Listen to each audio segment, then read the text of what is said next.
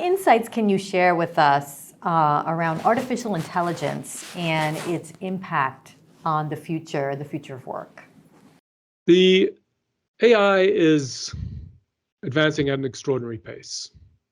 And we've seen already the amazing things that it can do. And that is day by day, we are seeing new announcements of the incredible capabilities. So this has already changed the nature of work, and it will continue to change it far faster in the future. So for a long time now, I've been thinking about this idea of the unique capabilities of humans. What is it that humans can do better than anything, including machines?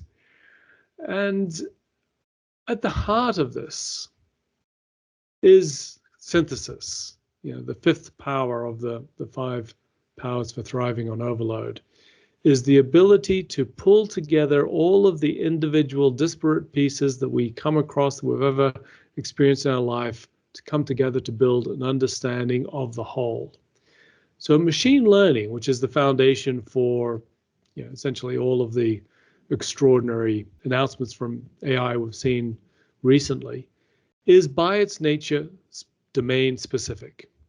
You gather data from one specific area, you have specific parameters around what it is that it's doing, and from those it is able then to learn specific instances and to be able to build a model which, in those particular parameters, can outperform humans in many cases. But that is always in a specific domain. Now, in order to pull together all of those domains, we need the extraordinary human capacity for synthesis.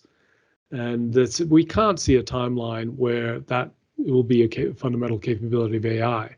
Now, we need to be working with AI, because AI does have extraordinary capabilities, not AI versus humans, it's AI plus humans, where a lot of those capabilities for pattern recognition, for decision-making in defined domains, whatever it may be, will be done more and more by artificial intelligence.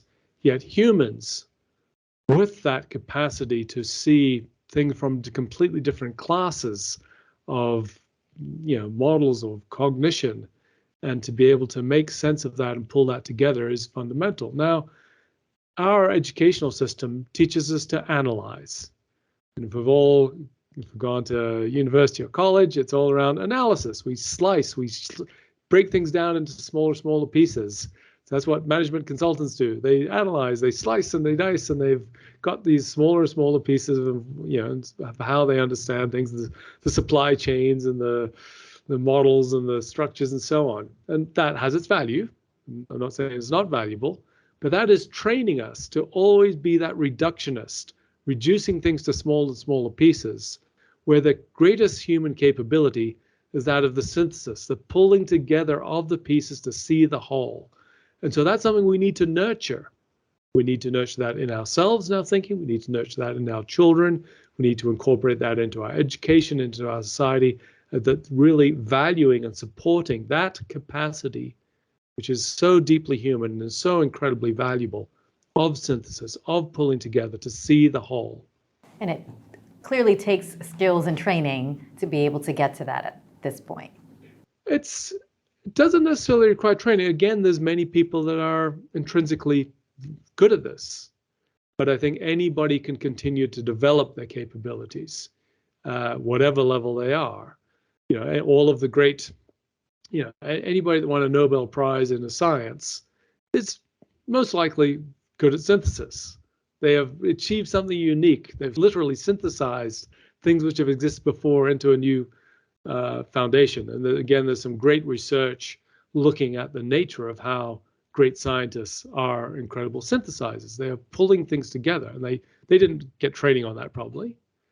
But in fact, and a great classic example is Richard Feynman, the physicist, where amongst other things, he played percussion in samba parades and things like that, and he had incredibly diverse interests. And in fact, the number of Nobel Prize winning scientists who are passionate about and deeply capable in various arts, literature, and music, and so many things is extraordinarily high. And that's one of those indicators. So in fact, that's one of the reasons why arts in the very broader sense are so important, even in a world which is dominated by science, because it helps us achieve that faculty, that ability to see the whole.